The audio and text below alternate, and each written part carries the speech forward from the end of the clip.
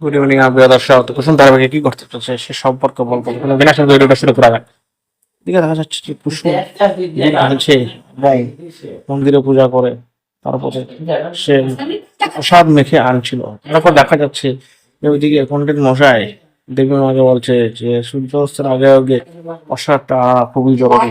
তারপর সবাই অপেক্ষা করছে কুসুম আসবে বলে, তাই ভাবে চিন্তিত যে কুসুম আদৌ আদৌ কি ফিরে আসবে প্রসাদ নিয়ে।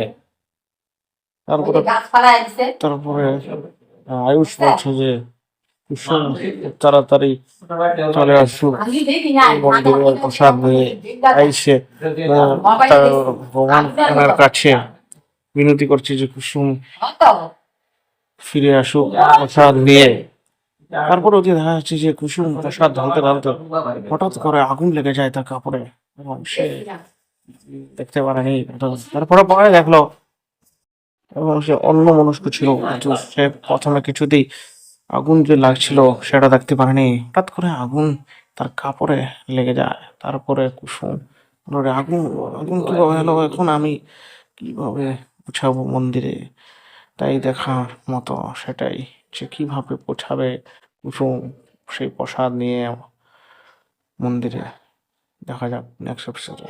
ধন্যবাদ। আমার প্রিয় দর্শক, ভিডিওটি দেখার জন্য যদি ভালো লাগে একটা লাইক, শেয়ার, কমেন্ট করে জানাবেন এবং আমাদের চ্যানেল যদি নতুন এসে থাকেন তাহলে সাবস্ক্রাইব করে বেল আইকনটি প্রেস করে দেবেন এবং আপনাদের ফ্রেন্ডের সাথে শেয়ার করে দেবেন।